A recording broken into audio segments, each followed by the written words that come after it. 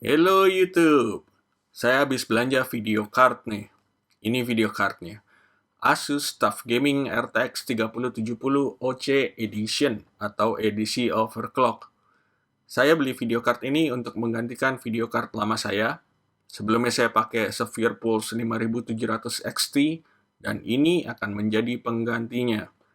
Pada kesempatan ini saya akan pasang video card Asus TUF Gaming ini dan juga melakukan benchmark dan pengetesan. Saya juga pastinya akan ulas ada fitur-fitur apa saja yang kita dapatkan dari video card ini. Tapi pertama kita lakukan unboxing terlebih dahulu. Kotaknya seperti ini ya. Jadi didominasi warna hitam desainnya, kecuali di bagian sini warna hijau. Ini adalah Nvidia, jadi tim green, tim hijau. Logo Asus di atas kiri, kemudian ada gambar video cardnya mendominasi sebelah kiri juga. Kemudian kita ada logo Aura Sync Asus. Kemudian diingatkan bahwa ini adalah edition yang OC overclock. Dan video card ini dibekali oleh 8 GB memori GDDR6. Kemudian menggunakan arsitektur Ampere. Ada ray tracing dan DLSS. Nah, dua fitur ini yang ingin saya coba. Karena sebelumnya saya pakai 5700 XT itu tidak ada ray tracing, tidak ada DLSS. Kalau saya mau mencoba ray tracing, maksud saya harus ganti kalau AMD itu ke 6800 atau 6800 XT, tapi kemudian juga itu tidak ada DLSS-nya. Ada logo distributornya nih, jadi ini garansi resmi di Indonesia. Untuk di bagian belakang desainnya seperti ini. Ada gambar-gambar, cooling, rigid structure, durability software, ada fitur-fitur kunci. Ya kurang lebih seperti itu. Kita nggak pakai lama, kita unboxing saja langsung.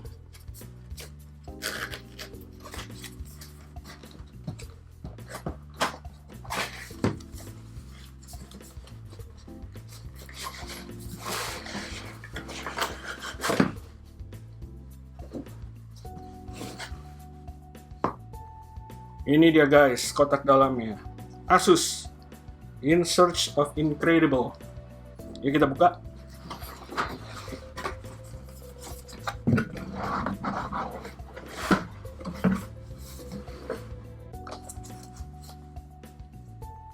Ini video card nih guys. Mari kita lihat dalam paket penjualannya disertakan apa aja. Jadi saya taruh di samping dulu video cardnya.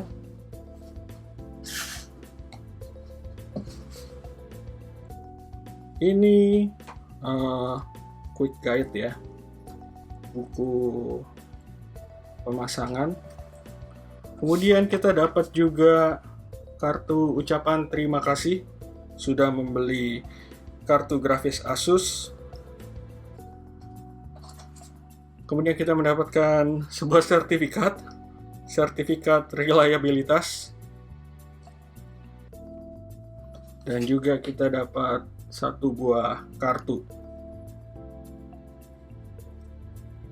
Bintangnya bintang 4, tambah 3, bintang 7. Ya, dalamnya kurang lebih seperti itu. Nggak banyak barang-barang, nggak ada aksesoris lain, nggak ada CD juga.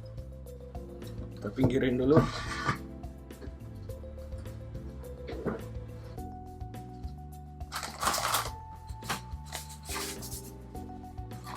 Dan inilah video cardnya, Asus TUF Gaming RTX 3070.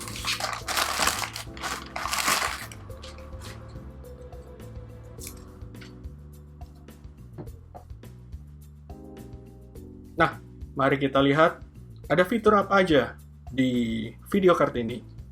Tonton video ini sampai selesai.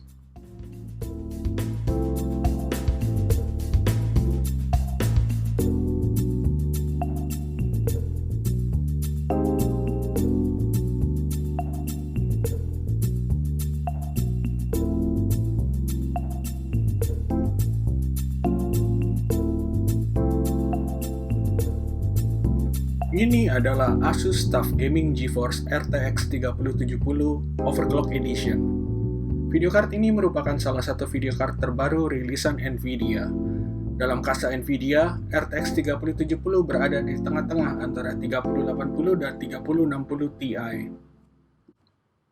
Kartu grafis berinterface PCIe 4 ini memiliki 5888 CUDA cores dengan video RAM sebesar 8GB GDDR6, menghasilkan kecepatan memori 14 GB per second dengan interface memori 256 bit. Asus TUF Gaming GeForce RTX 3070 memiliki panjang 30 cm dengan lebar 12,7 cm. Namun lebar 12,7 cm ini disebabkan oleh tonjolan tempat RGB dan logo TUF Gaming-nya berada. Jika Asus mendesain cover fan-nya ini rata, lebarnya sebenarnya hanya 11,5 cm saja. Untuk ketebalan, Asus TUF Gaming 3070 ini akan menempati 2,7 slot. Jadi pada dasarnya pastikan Anda memiliki 3 slot kosong untuk memasang kartu ini. Output display yang tersedia sebanyak 5 output, yaitu 2 output HDMI 2.1 dan 3 output DisplayPort 1.4. Namun maksimum display yang disupport adalah 4 display saja. Untuk urusan power, kartu ini menggunakan dual 8-pin power, sehingga secara teori kartu ini dapat menerima tenaga hingga 375 watt. Power yang cukup untuk melakukan overclock. Lampu LED akan menyala apabila kita lupa memasang kabel power ke kartu ini. Secara fisik, build quality video card ini terasa sangat premium ketika dipegang. Sama sekali tidak terasa kaleng-kaleng karena selain berat dan paten, keseluruhan cover fan dan backplate menggunakan aluminium. Tidak ada plastik-plastikan di sini. Untuk backplate kita bisa lihat Asus menggunakan banyak lubang untuk mengurangi panas yang terperangkap. Namun desainnya sendiri unik. Untuk seri TUF Gaming ini, Asus menggunakan motif tapak ban, mungkin untuk menunjukkan tough atau ketangguhan video card ini ketika dilindas mobil atau motor. Ya, untuk motif ini subjektif antara kalian suka atau tidak suka. Permukaan backplate cukup reflektif, sehingga jika kita pasang RAM yang ada RGB-nya, maka kita akan dapatkan pantulan sinar RGB. Cukup keren hasilnya. Berbicara sektor pendinginan, Asus menggunakan 5 heat pipes untuk video card ini. Secara keseluruhan, pendinginan kartu ini terasa overkill. Namun di sisi positifnya, ini akan membantu untuk menjaga kecepatan fan sehingga tidak terlalu berisik ketika dipergunakan secara maksimal. Untuk fan-nya sendiri, TUF Gaming 3070 ini menggunakan 3 fan berdiameter 9 cm, di mana fan tengah akan berputar berlawanan dengan 2 fan lainnya. Ketiga fan ini akan berhenti berputar ketika suhu kartu berada di bawah 50 derajat Celcius.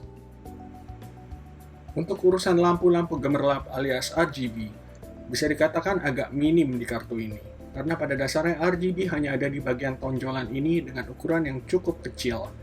Dan karena posisi penempatannya ini, kemungkinan besar RGB ini akan tertutup kabel power pin, sehingga buat yang demen nama RGB ekstra silau, mungkin kartu ini kurang ngejreng. Satu fitur tambahan lain yang sangat bermanfaat dari Asus TUF Gaming GeForce RTX 3070 adalah kehadiran switch dual BIOS. Fitur ini cukup penting bagi yang suka kotak-katik komputer, karena jika kita suatu saat mau flash custom BIOS ke dalam kartu grafis ini, kita akan punya backup BIOS jika terjadi sesuatu yang tidak kita harapkan. Selanjutnya, saya akan melakukan pengetesan performa kartu ini dibandingkan dengan kartu lama saya Sapphire Pulse 5700 XT. Untuk pengetesan, saya menggunakan komputer dengan spesifikasi sebagai berikut. Prosesor AMD Ryzen 3600, motherboard ASRock B550M Steel Legend menggunakan BIOS terbaru, memori 2 keping 8GB TIM T-Force 3200, hard disk system ADATA XPG Spectrix S40G NVMe, kemudian harddisk game menggunakan Crucial MX300 SSD, power supply Corsair TX 750M, dan casing NZXT H510i. Metodologinya, setiap benchmark akan saya lakukan sebanyak 2 kali dan diambil rata-ratanya. Seluruh tes saya lakukan setelah GPU saya panaskan terlebih dahulu selama 15 menit. Untuk driver AMD, saya menggunakan driver Adrenalin versi 20.12.1 dan untuk Nvidia, saya menggunakan driver 460.79. Setiap kali saya bongkar pasang GPU, saya terlebih dahulu menjalankan DDU untuk menjamin tidak adanya konflik driver. Resolusi yang saya uji coba terbagi 3, 1080p, 1440p, dan Ultra Wide QHD. karena monitor harian saya beresolusi Ultra Wide QHD dan saya belum tertarik untuk gaming di resolusi 4K. Pengetesan juga dilakukan dengan metode out of the box. Jadi setelah driver terinstall, tidak ada settingan secara software yang dilakukan terhadap kedua video card ini. Hal ini dilakukan untuk mensimulasikan keadaan asli out of the box tanpa kotak-ketik komputer atau setting software grafis Nvidia maupun AMD. Inilah hasil pengujian saya. Tes pertama adalah game yang paling ditunggu gamer tahun ini, Cyberpunk 2077. Game ini adalah game yang begini. Waktu saya masih muda, game yang menjadi momok para gamer adalah Crysis, karena sangat berat untuk dijalankan. Nah, Cyberpunk ini menjadi game kekinian pengganti Crysis. Ini game berat untuk dijalankan. Dengan settingan ultra untuk resolusi 1080p, Asus TUF 3070 mampu menghasilkan frame rate rata-rata di kisaran 73 fps, mengungguli 5700 XT sebesar 19%. Sementara di resolusi 1440p, Asus TUF 3070 unggul sekitar 44% dibandingkan 5700 XT, namun belum mampu menembus angka rata-rata 60 fps. Untuk resolusi Ultra Wide QHD, Asus TUF 3070 hanya mampu menghasilkan frame rate rata-rata sebesar 41 fps, dan pengalaman gaming menjadi mirip dengan konsol, tidak lancar. Ketika kita nyalakan Ray Tracing, biaya yang harus kita bayarkan untuk mendapatkan Ray Tracing sebesar 44% untuk resolusi 1080p, 52% untuk resolusi 1440p, dan 68% untuk Ultra Wide QHD. Namun apabila Ray Tracing kita nyalakan bersamaan dengan DLSS, maka hampir FPS yang dihasilkan akan kembali seperti tanpa penggunaan Ray Tracing. Kecuali di resolusi 1080p, di mana hasil Ray Tracing plus DLSS hanya menghasilkan rata-rata frame rate sekitar 50 fps dibandingkan tanpa Ray Tracing dan tanpa DLSS sebesar 73 fps. Jika kalian ingin memainkan Cyberpunk dengan setting rata kanan, RTX 3070 hanya sanggup dimainkan di resolusi 1080p untuk frame rate di kisaran 60 fps. Di atas 1080p, settingan graphic quality harus kita kurangi untuk menjaga game agar tetap lancar.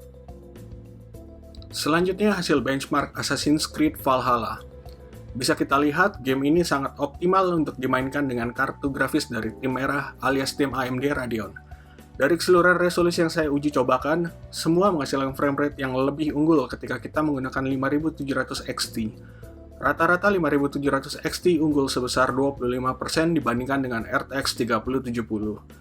Bahkan ketika kita mainkan di resolusi Ultra Wide QHD, Asus TUF 3070 tidak mampu menjaga rata-rata frame rate di atas 60 fps. Jauh apabila dibandingkan dengan 5700 XT yang mampu menjaga frame rate di atas 70 fps untuk game serial Assassin's Creed terbaru ini. Untuk Watch Dogs Legion, Asus TUF 3070 unggul 17% di resolusi 1080p, 24% di resolusi 1440p, dan 23% di resolusi Ultra Wide QHD dibandingkan dengan 5700 XT. Untuk resolusi 1080 dan 1440, RTX 3070 masih dapat menjaga frame rate di atas 60 fps dengan settingan ultra hingga resolusi 1440. Sementara 5700 XT hanya sampai resolusi 1080p. Untuk resolusi Ultra Wide QHD, kedua-duanya tidak mampu menjaga frame rate di atas 60 fps. Jika kalian cukup puas untuk bermain di kisaran 30 fps, baik RTX 3070 maupun 5700 XT sanggup untuk menjaga frame rate di atas 30 fps. Apabila Ray Tracing kita nyalakan di kartu grafis RTX 3070, dampak performa frame rate semakin besar seiring naiknya resolusi yang kita gunakan. Di resolusi 1080 terjadi penurunan sebesar 38%, di 1440 sebesar 41%, dan di Ultra Wide QHD sebesar 49%. Sementara itu apabila kita nyalakan Ray Tracing dan DLSS, hasilnya agak berantakan. Di resolusi 1080p terjadi penurunan sebesar 17%, sementara di 1440p naik sebesar 5%, dan yang paling menarik adalah di resolusi Ultra Wide QHD terjadi kenaikan sebesar 21% atau sekitar 10 fps. Beralih ke Shadow of the Tomb Raider. Performa RTX 3070 dan 5700 XT 1112 untuk resolusi 1080p, di mana rata-rata frame rate yang dihasilkan di resolusi ini menembus 100 fps untuk kedua kartu grafis tersebut. Semakin kita naik resolusi, makin kita dapat melihat selisih antara kedua grafik card ini. Di resolusi 1440, 5700 XT kalah 20% dibandingkan Asus TUF Gaming 3070, Sementara di resolusi Ultrawide QHD 5700 XT kalah sebesar 30%. Shadow of the Tomb Raider merupakan salah satu game pertama yang mendukung Ray Tracing dan DLSS, dan option Ray Tracing-nya sederhana jika dibandingkan dengan Watch Dogs Legion dan Cyberpunk. Oleh karena itu, dampak penurunan framerate juga tidak sebesar kedua game tersebut. Saya mencatat penurunan framerate di kisaran 35% dengan menyalakan fitur Ray Tracing di game ini. Sementara itu, apabila kita nyalakan Ray Tracing dan DLSS, maka penurunan performa bisa dikurangi hingga hanya menjadi sebesar 29%. Berbeda dengan Cyberpunk dan Watch Dogs Legion, aktivasi DLSS tidak mampu mendekati performa framerate non-Ray Tracing. Kedua kartu grafis ini masih bisa dimainkan lancar dengan 60 fps pada game ini. Salah satu game Vulkan yang saya miliki namun jarang saya mainkan adalah Rainbow Six Siege. Dengan settingan Ultra, Asus TUF 3070 dan Sapphire 5700 XT sangat seimbang di kisaran 350 frame per second. Untuk resolusi 1440p, RTX 3070 unggul 20%, sementara di resolusi Ultrawide QHD, RTX 3070 unggul sebesar 30%. Selanjutnya saya mencoba benchmark game DirectX 11 Far Cry New Dawn. Di game ini tidak terdapat perbedaan yang signifikan antara kedua kartu grafis yang saya coba. Paling besar perbedaannya hanya 5% dan itu terjadi di resolusi Ultrawide QHD. Baik itu RTX 3070 maupun 5700 XT dapat menjalankan Far Cry dengan framerate lancar di atas 60 fps. Game terakhir yang saya benchmark adalah Hitman 2 yang dijalankan dengan DirectX 12 dengan menggunakan scene Miami. Di sini kurang lebih sama dengan Far Cry New Dawn, Rainbow Six Siege, dan Shadow of the Tomb Raider. Pada resolusi 1080p, RTX 3070 dan 5700 XT masih bisa bersaing ketat dengan perbedaan FPS yang sangat marginal. Perubahan sebesar 2 digit persentase baru terlihat ketika resolusi dinaikkan ke 1440p dan Ultrawide QHD, di mana 5700 XT keteteran sebesar 14% di resolusi 1440 dan 27% di Ultrawide QHD. Namun positifnya, 5700 XT masih sanggup main game ini di resolusi Ultrawide QHD dengan frame rate 60 frame per second. Saya juga melakukan tes untuk mengetahui perbedaan konsumsi listrik antara kedua kartu grafis yang saya coba. Pengujian dilakukan dengan mengukur tingkat konsumsi listrik keseluruhan PC pada saat idle maupun load. Jadi angka yang kita lihat di sini bukan konsumsi listrik kartu grafisnya saja ya. Perbedaan konsumsi listrik antara Asus TUF 3070 dan Sapphire Pulse 5700 XT tidak berbeda banyak. Namun yang menarik di sini adalah meski perbedaan konsumsi listrik tidak banyak, RTX 3070 mampu menghasilkan FPS yang lebih besar. Saya mencatat dengan konsumsi listrik yang kurang lebih sama, Asus TUF 3070 menghasilkan frame rate 7% lebih besar pada resolusi 1080p, 22% lebih besar pada resolusi 1440p, dan 28% lebih besar pada resolusi Ultrawide QHD. Hasil tes ini menunjukkan peningkatan efisiensi kartu grafis RTX 3070. Meski saya tidak melakukan metode ilmiah untuk pengetesan tingkat kebisingan, Asus TUF 3070 jauh unggul dibandingkan dengan Sapphire 5700 XT lama saya.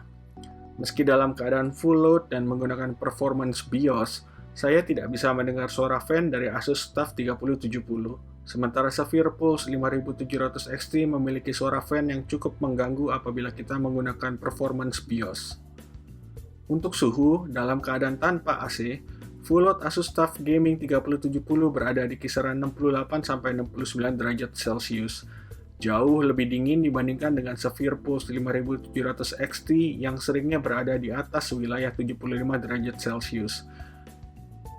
Kesimpulannya, kita dapat apa yang kita bayarkan, yaitu sebuah kartu RTX 3070 Premium dengan performa yang cocok untuk kalian yang nge-gaming di resolusi 1440p atau Ultrawide QHD dengan target 60 fps kualitas grafis high hingga ultra.